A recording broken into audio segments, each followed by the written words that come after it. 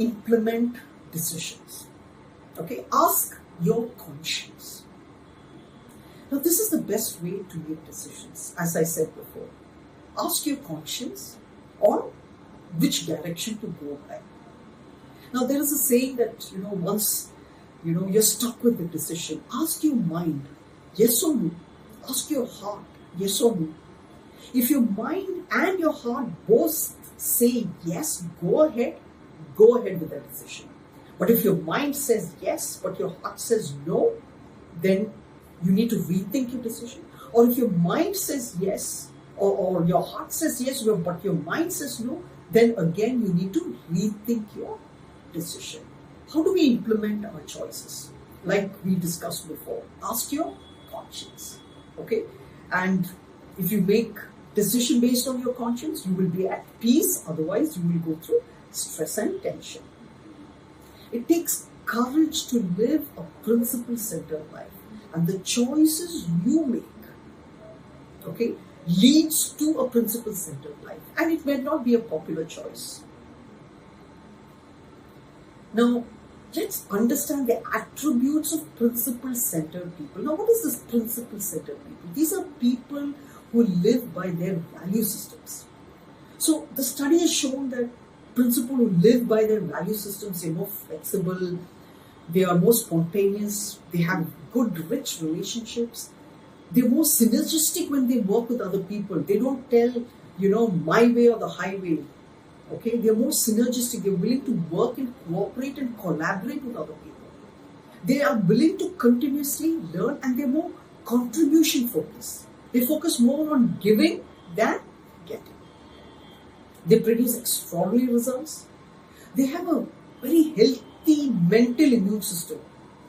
They can face any problems. They can overcome any storms because they understand very clearly. They're only in control of their action. They're not in control of the consequences of the action. But they need to be very clear and understand, okay, what all consequences can happen. But then that capacity to have the power to respond. You are in control of your response, but you're not in control of the consequences. So let us focus on what we are in control of. They know their limits. They live very balanced life. They're more confident and more secure. They keep commitments.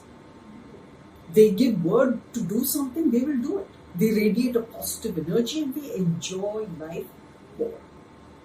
Now let's go a little more deeper and understand, the principles or the values of a principle-centered leader. Now these are some very interesting questions you need to ask yourself. And answer these questions very honestly.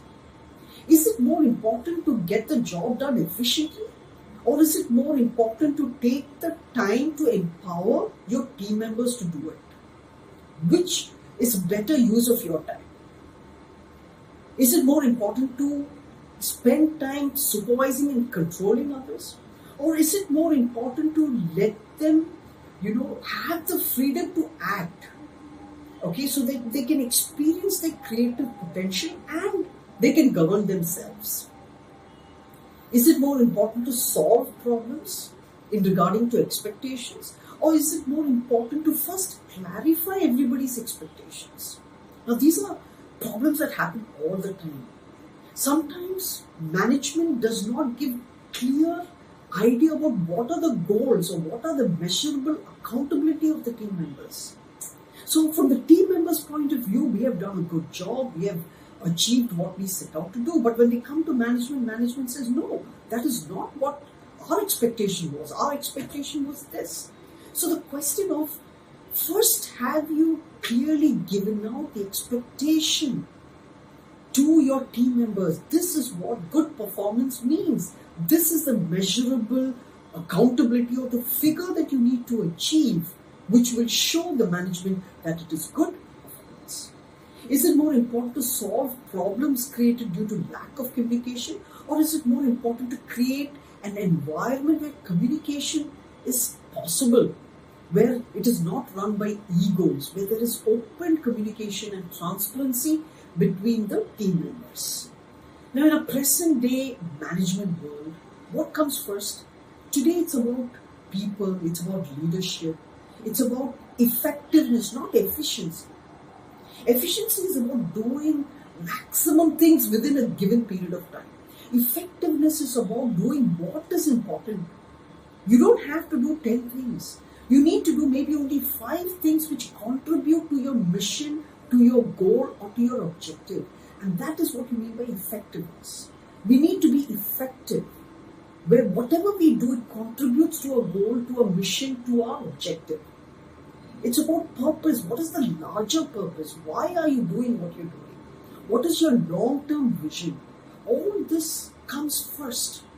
And then only things, management, efficiency, structure, method, all that comes second.